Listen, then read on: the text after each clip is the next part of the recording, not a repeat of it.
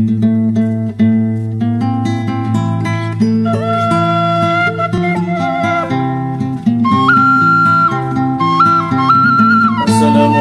warahmatullahi wabarakatuh.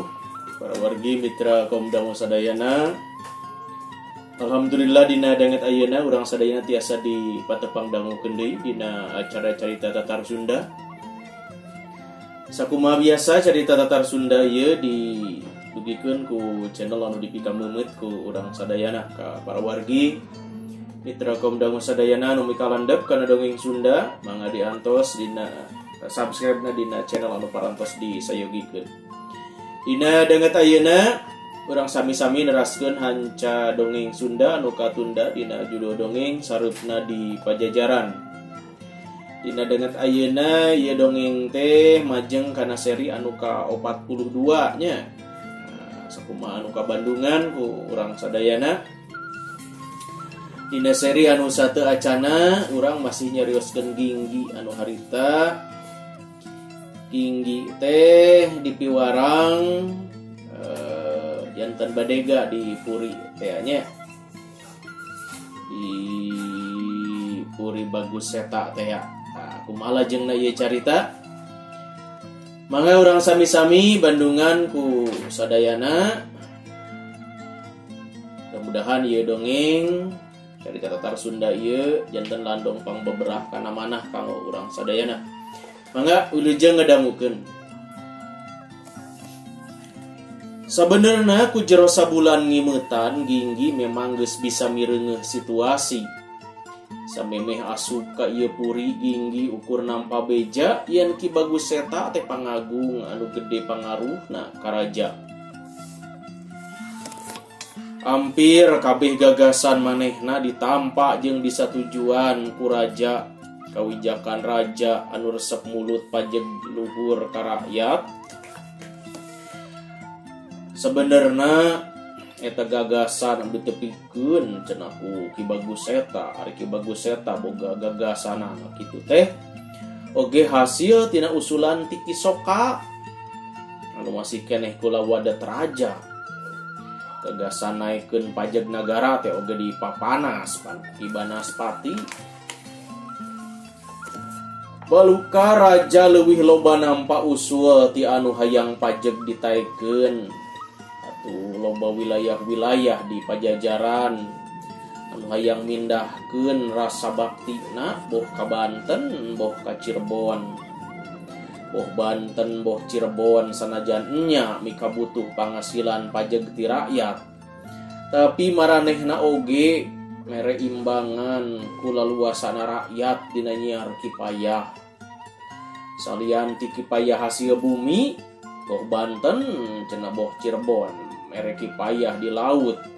Sabab kahirupan sosial ekonomi mah gegedena dina perdagangan antara pulau. Kusabab dibibitaan ku kahirupan anu leuwih alus sarupa kitu atuh loba wilayah Pajajaran anu aya di pasisir leuwih cop ngabalad ka Banten atawa ka Cirebon. Usaha-usaha Ki Bagus Seta anu dirojong ku Ki Soka jeung Ki Banaspati dina naikeun pajeg nagara teh tetela hasilna kalah meraikeun persatuan di kalangan karajaan bawahan. Balukar pajeg ditaekeun loba karajaan bawahan anu mungpang kana parentah. Malah jauhna ti eta kalah mindah kasatiaan babakti ka tempat sejen. Prabu Ratu Sakti anu boga pamadegan heuras leuwih nurut kana usulan-usulan anu heuras deui. Yen anu mungpang cenah kana kawijakan nagara mah kudu diwarah. Diwarahna ku jalan kekerasan. Tah, jigana ieu anu teu disadieuan ku Ki Yogas Citra mah sanajan raja kudu heuras peureuk tapi tetep kudu dibarengan ku lemes usap jeung lega awur. Maksudna kudu wijaksana. Ari nu dimaksud wijaksana lain ukur cenah mireungeuh kasalahan batur tapi oge kudu bisa neuleuman naon pangna batur nyieun kasalahan teh. Naon sababna batur mungpang kana aturan tur mun geus kitu diomongan ku jalan anu sopan meureun palangran ki Yogas Citra ieu anu teu dipikaresep ku kalolobaan pangagung di Pakuan teh menjadi alasan Pajajaran ayeuna keur nyang hareupan marabahaya dina urusan eksistensi cek bahasa ayeuna mah. Cek Ki Bagus eta wilayah anu harayang misah teu bisa disabaran sabab mun disabaran cenah kalah kangalunya. Bisa na rakyat nurut ka pamarentah. Lamun sieun eta rakyat teh. Mun geus sieun bakal taat kana aturan. Cek Ki Bagus eta. Hiji waktu Ki Bagus eta katatamuan ku sobat dalitna nyaeta Ki Soka. Duanana uplek ngalobrol di rohangan tengah. Diuk sarila dina amparan Alketip buatan negeri Parasi atau Irak mun ayeuna mah. Ngan bae ngalobrolna teh bangun aya hal-hal anu dipihariwang. Ki Soka teh umurna kana 60 tahunan. Awakna rada bayuh yuh lintu, panona sipit. Irungna pesek jeung pipina tembem. Kumis jeung janggotna jiga anu teu kapiara. Ukur pakaianana wungkul anu nandakeun yen dirina kaasup kalangan pangagung nagara. Arisia naon kalakang ngajanteng di dieu. Cek Ki Bagus eta mureleng harita teh kaginggi. Kaula nun jisim kaula teu acan nampi parentah kanggo ngantunkeun ieu rohangan Gusti. Tembal ginggi anu ngajanteng anggang di juru deket panto kaluar. Bet siama atuh kalah ka sato atawa kawas jalma bodoh sagala kudu nungguan di parentah. Cek Ki Bagus eta. Dawuh timbalan Gusti. Tembal ginggi rengkuh geus kitu manehna ngaleos bari ngagigiwing baki. Tapi sabenerna ginggi hayang pisan ngabandungan paguneman eta dua jalma. Hiji-hijina caranya eta kudu ngajleng kaluhureun hubungan. Kaayaan geus sareupna sakedeung deui kaayaan bakal poe.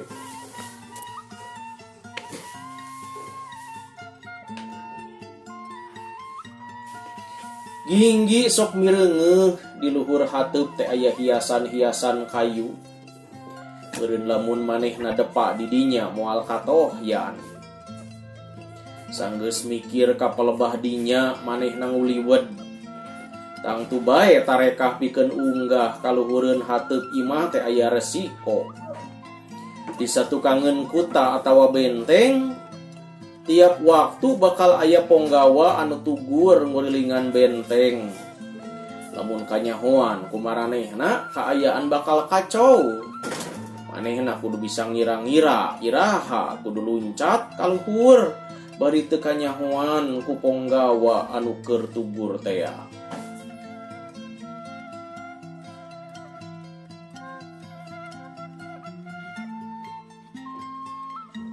Ngan bae sabulan cicing didinya ginggi oge geus apal iraha tugur bakal ngaliwat ka eta tempat.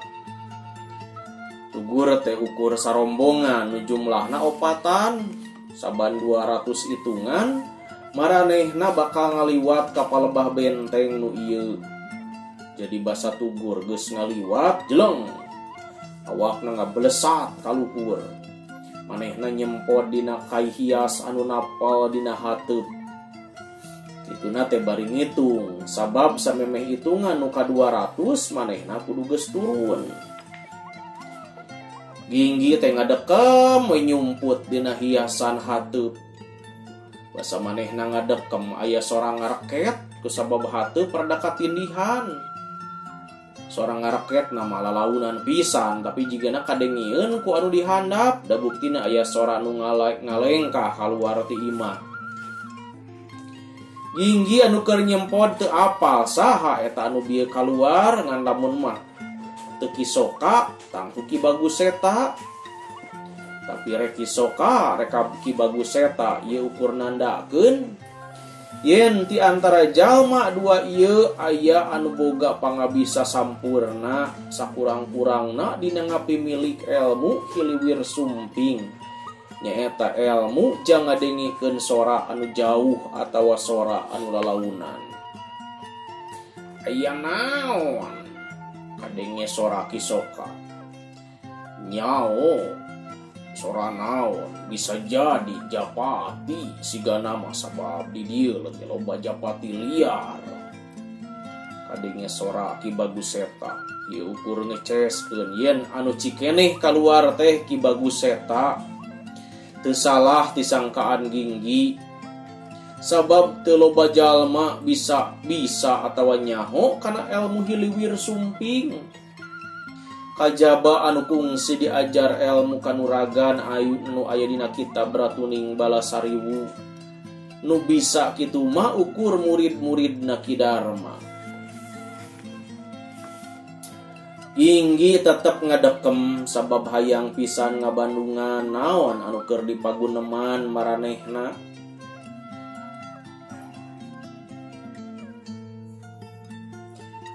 Jigana urang ayeuna keur nyanghareupan marabahaya seta. Nya bisa jadi kitu. Urang kudu geuwat nyieun gerakan. Ulah tebikeun ka Sang Prabu ngabenum Siogas Citra jadi panasehat raja. Sabab lamun tepi ka kitu urang duaan bakal ngalaman karugian. Cek sora kisoka jep jempling sakedapan.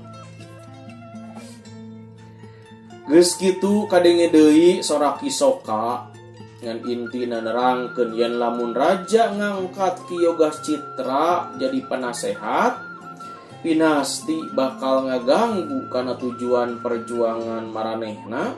Perjuangan naon? Ginggi oge can apal.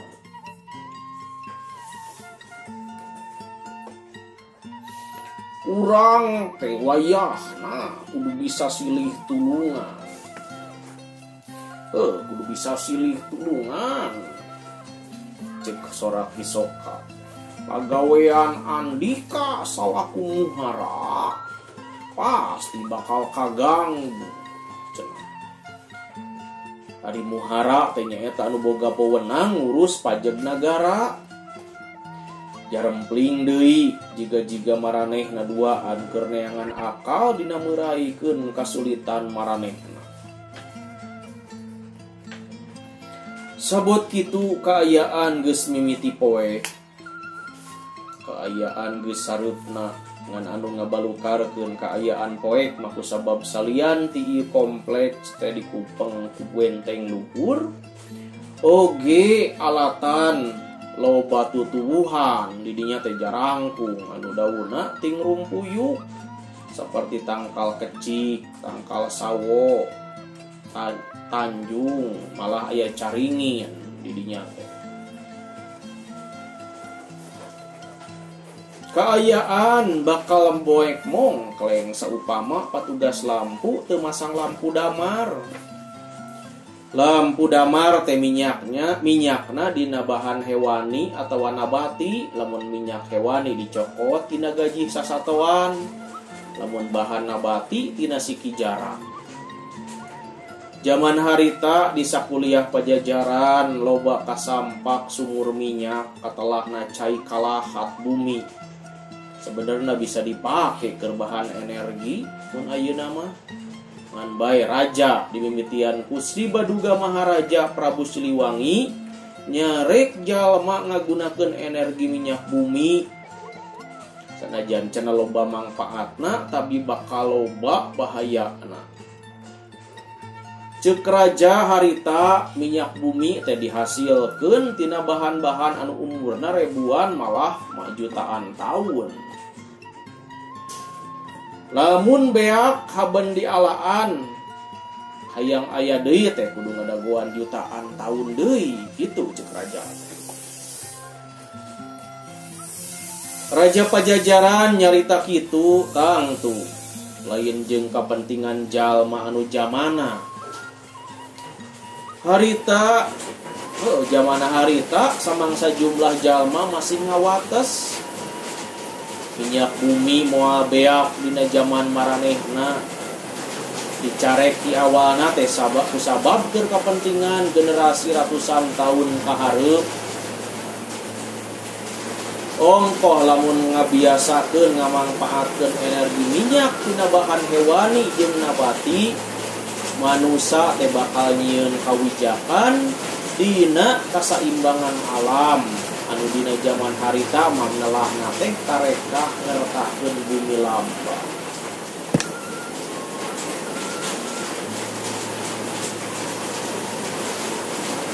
Ci Sugan Andika boga tarekah sangkan marabahaya bisa disinglah.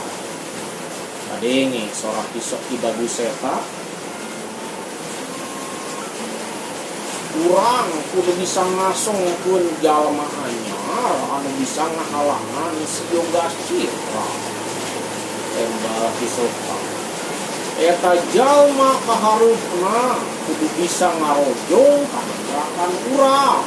Ngomong Kisoka deui. Nya saha jalmana ci kira-kira saha? Eueuh deui wati kaula pisan. Ngan teu hade ari ngeupeul ngahuapan maneh. Jadi kudu aya pihak segen anu ngasongkeun kaula kaharupeun raja. Cek Kisoka. Atuh urang pikiran heula ku kaula. Nah, Andika ham kana kamampuh kaula seta.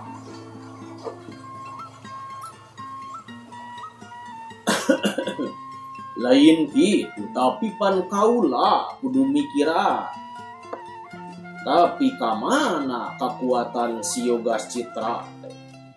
Urang kudu apal heula sakumaha kekuatan anu aya di satu kangen si Yoga Citra.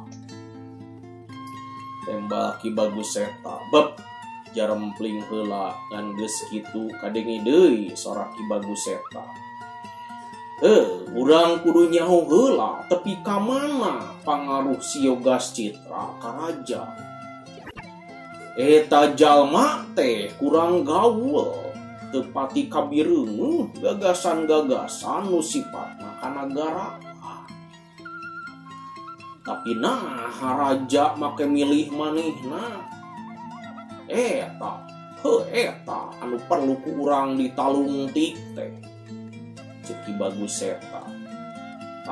Lamun Andika henteu kasigeng, kaula bakal ngasungkeun pangira. Naon sababna raja milih si Yoga Citra? Cek Kisoka. Naon eta teh? Jempe deui sakedapan jigana Kisoka keur nyusun kalimah anu sakirana Ki Bagus Eta henteu kasigeng. Kaula ngarasa yen kapercayaan raja mimiti kaganggu. Kaganggunya Cek Ki Bagus Eta.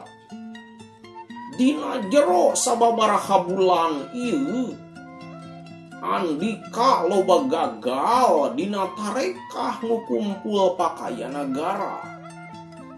Lian ti kitu aya sababaraha karajaan bawahan anu hianat ninggalkeun Pajajaran tur pindah babakti ka karajaan musuh. Cek Kisoka. Jep jempling deui sajongjonan. Tapi kaula satekah pola panusahakeun malar pajeg nagara tetep asuh. Tembal Ki Bagus Eta deui. kumaha perkara wewengkon wetan anu ceuk janji Andika tetep diperjuangkeun. Jempling deui harita teh.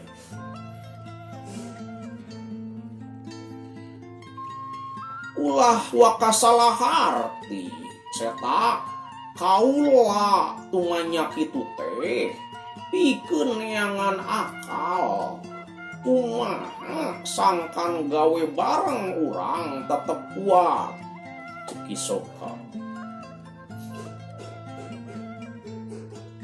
Andika pan kungsi nyarita ka raja yen pikeun ngajaga kakuatan wilayah anu aya di wetan sawatara nagara leutik jeung wilayah Kandagalan teh kudu kuat kahirupan angkatan perangna.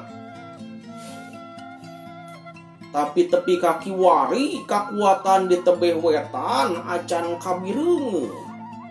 Narik panjang ti wilayah wetan teu sabanding jeung ongkos pangaluaran pikeun nguruskeunana.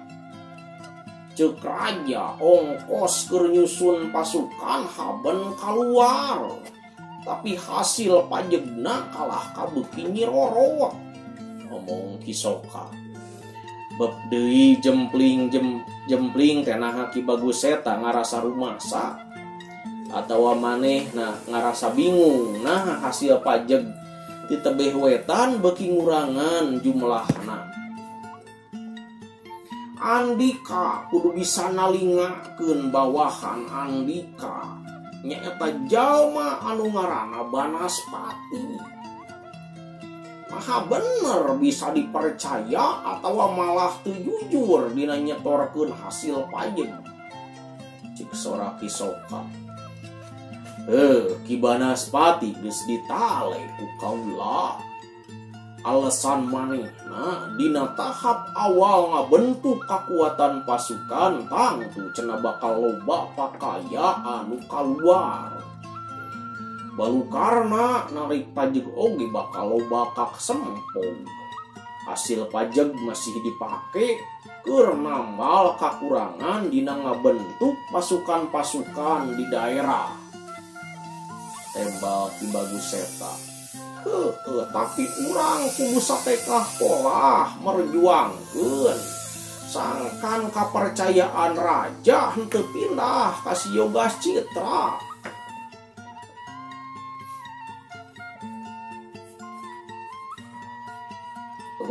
Urang keur nyanghareupeun masalah berat. Sabab raja rek mindahkeun kapercayaan ka Siogas Citra.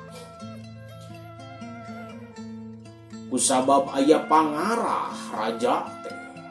Raja siga anu neundeun hate kasih banyak inten. Nya anakna Siogas Citra. Cek Ki Bagus eta. Nah Andika kalah seuri Soka. Sabab eta pisan anu jadi sangkaan kaula teh tadi oge. Ngabenung Siogas Citra jadi panasehat lain hartina percaya. Tapi alatan aya anu dianjing cai. Cek Ki Soka. Susah lamun urusan cinta geus dibawa kana urusan kanagaraan. Cek Bagus eta.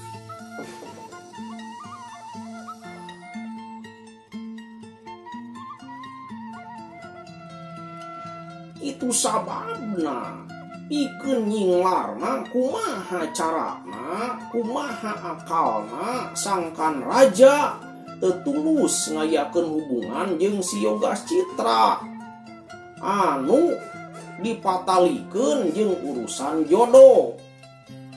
Hiji-hijina akal usahakeun raja ulah tepi ka ngajodoh ka anakna Siogas Citra.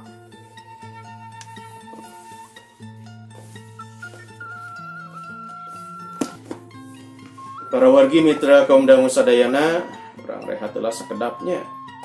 Jeung we kieu ka sadayana para pemirsa YouTube mitra kaum dangu anu teras ngadangukeun dongeng dina dagat ayeuna. Baturan Ditun salam ka Nenek Yani kumaha damang. Lajeng ka urang Cimahi ka Teh Rita Ersihnya oge ka Mamah Elhat Mandi Cianjur mudah-mudahan sarehat sadayana. Oge ka Teh Entin Kartini di Buah Batu mudah-mudahan sehat Teh Entin. Ka Esther Adelaide lu masih kene manconya dina cerita Tatar Sunda sarupna di Pajajaran ieu. Ka Bapak Won di Cikampek Barat Karawang haturan. Ka Pak Tedi Rahmat oge di Kadungora nya. Teu acan arasa rupina kadu ya. Teras we ngora ya Pak Tedi. Teh Rita Damayanti oge di Cilengkrang haturan dudu jeung ngadangukeun oge ka urang Sukabumi ka Teh Mutiawan nya. Ka Pak Heri Bohori oge ka Pak Endang Awaludin dudu jeung ngadangukeun Teh Khotimah ka Kang Rendi di Ciamis. Lajeng ka Arum Caket aturan jeung ngadangukeun Yom Puspa Pak Taryo di Jambi oge Kang Yayan Sopyan di Bandung aturan jeung ngadangukeun oge ka Teh Enji sareng urang Banten sadayana nya. Mudah-mudahan dina danget ayeuna sadayana nu cinta kana dongeng Sunda khususna dongeng sarupna di Pajajaran nuju dina hayaan sehat walafiat. Supados teu nyang kolong teuing kana waktos mangga urang sami-sami teraskeun ieu dongeng. Kitu sababna pikeun nyinglarna kumaha carana kumaha akalna sangkan raja tetulus ngayakeun hubungan jeung si Yogas Citra anu dipatalikeun jeung urusan jodoh. Hiji-hijina akal usahakeun raja ulah tepi ka ngajodoh ka anakna si Yogas Citra. Kumaha akalna? Kapan Andika boga anak awewe katelahna Nyimas Layang Kingkin. Tah asong-asong anak Andika si Kingkin sangkan dikawin ku raja. Ceki soka edan sugan. Nah make disebut edan. Kapan si Kingkin teges dilamar ku si Banyak Angga. Anakna si Yogas Citra atawa lanceukna si Banyak Inten. Kunaon geus seuri deui soka nyapi kaseurieun we lamun Andika keukeuh rek bebesanan jeung si Yogas Citra. Kaula teh nampa lamaran teh samemeh kajadian ieu rumasa kaula nampa eta lamaran sangkan kadudukan kaula beuki kuat lamun bebesanan jeung duduluran jeung raja. Lamun seug Andika nu boga budak lalaki meureunnya jeung Andika bebesanan teh ceki bagus eta. Nya eta mah kumaha Andika naha eudeuk neruskeun perjuangan atawa moal. Lamun rek laju kapaksa anak Andika kudu diasongkeun ka raja. Baikeun urusan Banyak Angga mah.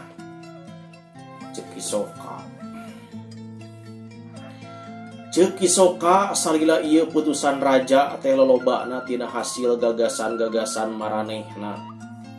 Tapi cenah lamun kadudukan panasehat dicangking ti Yogas Citra, gagasan maranehna moal bisa asuh kitu sababna sangkan hubungan urang jeung raja cenah tetep deukeut. Anak Andika nu ngaran si Kingkin cenah kudu dipasrahkeun ka raja, jauhkeun cenah anak si Yogas Citra mah. Kaula eudeuk satekah pola ngusahakeun sangkan si Kingkin dikawin ku raja. Ceki bagus eta. Ginggi adu ngadengikeun di luhur hateup ukur nyerenge, ceuk manehna ieu jelema anu dua teh pika sebeleun. Cikene Ki Bagus Eta nyebutkeun yen riweuh lamun urusan cinta dibawa kana urusan kanagaraan. Tapi ayeuna manehna sorangan rek mamawa jodoh kana urusan politik kanagaraan. Dasar jalma orwodol, cek hate Ginggi bari saterusna ngejat tina hateup eta imah. Asup ka kobongna terus ngedeng dina dipan, manehna jadi inget deui kana paripolah Nyimas Layang Kingkin. Anu kabireungeuh hayang pisan jadi geureuh haraja. Inggi ge inget keneh Nyimas Layang Kingkin edeuk paeh poso bumela kalanceukna, sangkan Suji Angkara bisa menangkeun Nyimas banyak inten sanajan kumaha bae carana.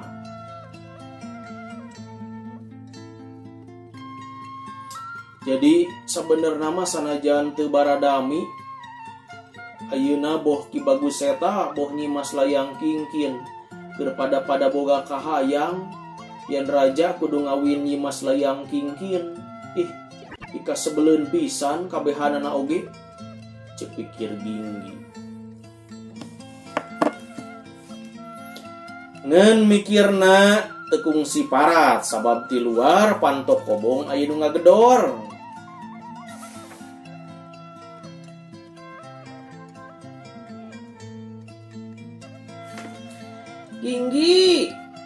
Ginggi ari sia geus hees wayah kieu.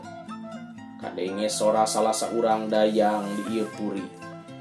Kulutra pantok teh dibuka, Ginggi pura-pura lulungu bari gigisik kana panon.